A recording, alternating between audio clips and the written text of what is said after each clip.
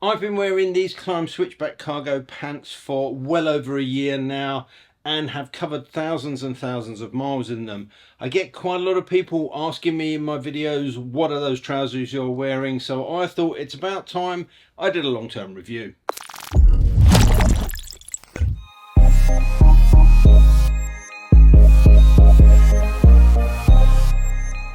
The Switchback from Klim are a CE AA rated riding trouser with a relaxed kind of outdoor adventure look to them.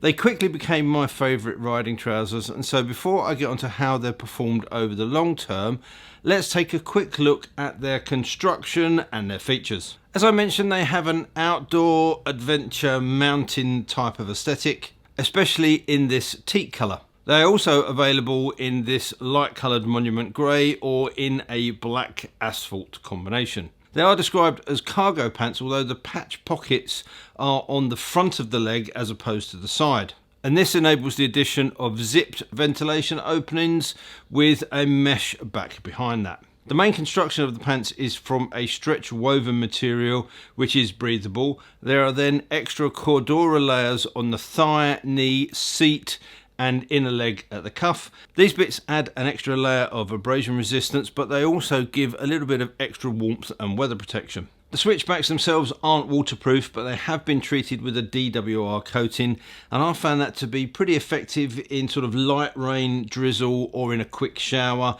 They'll keep the worst of the water out. But the other advantage to the material that they're made from is it dries quickly, and it dries much quicker than, for example, a riding jean. There's a flat pocket on the left leg and a zipped one on the right, which also features an internal organiser. The press stud on the bottom gives access to the knee armour, which are D30 ghost pads, adjustable of course. Inside the leg is a mesh pocket which holds the pad, and there's a strap that loops through the top of it which is adjustable. So once you've discovered where you need that pad to sit from testing, you'll know exactly where to velcro it back in place.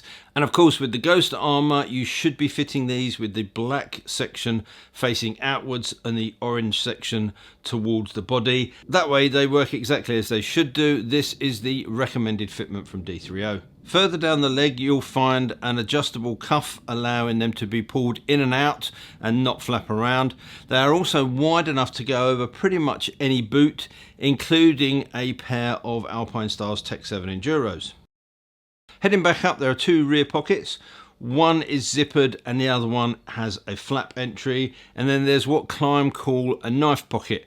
The hip armour, which comes as standard, again D30 Ghost, which is very discreet and very comfortable, and it sits in these little pockets with a mesh backing to make sure that you don't get too sweaty. The trousers have a relaxed fit, and I think they look pretty smart both on and off the bike. If you pair these with a decent pair of brown boots, then you could happily walk around town, go into work if you've got a casual dress code. They're a kind of a bit of a do-it-all trouser, really.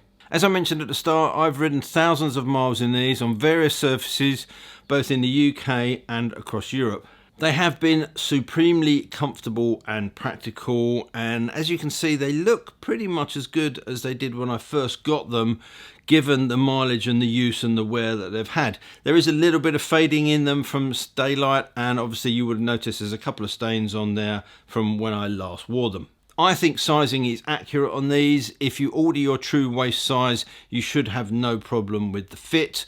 Ignore the vanity sizing on something like your Levi jeans. Just measure your waist and order that size and you should be good. I found that you can wear them as they are in temperatures down to around 11, 12, 13 degrees sort of comfortably. Anything lower than that, you'd want to put a base layer, maybe some merino wool leggings underneath, just to give you that extra bit of warmth. On the flip side to that, I find that they're really good right up until very high 20s, touching 30 degrees. They breathe pretty well because they're not kind of a super tight fitting trouser. They're good, they're fairly lightweight, which helps, and obviously with the vents open at the side you get a nice flow of air through. Once you get above 30 degrees into the mid 30s, then pretty much anything you're going to wear is going to get kind of hot unless it's a mesh base. But these, I think, have got a really wide temperature range that they work in. These genuinely are my favourite riding trousers I think that I've ever owned, which is why you've seen so much of them on the content on my channel. And I don't really have any downsides. I've not found anything that I don't really like about them. The only thing that I think is potentially a negative or will put people off is the cost to buy them in the first place. These trousers retail at £320, which is a lot of money. But having said that, these have proven to be comfortable, protective, rugged, long-lasting. As I said, they still look pretty much the same as they did when I started riding in them all those thousands of miles ago. So yeah, that first initial payment is a little bit painful, but I think they've proved themselves and I've had no qualms about paying that money for them. So to wrap up, they're a relatively casual looking trouser. They're CE AA rated. You've got a little bit of waterproofness or water resistance to them. They're comfortable, they're practical, they're hard wearing, but they are not cheap to buy. If you've got any questions about them, let me know in the comment section down below and I will come back to you as soon as I can. And all that leaves me to say is until next time, thanks for watching, take care, ride safe, and I'll see you soon. Bye.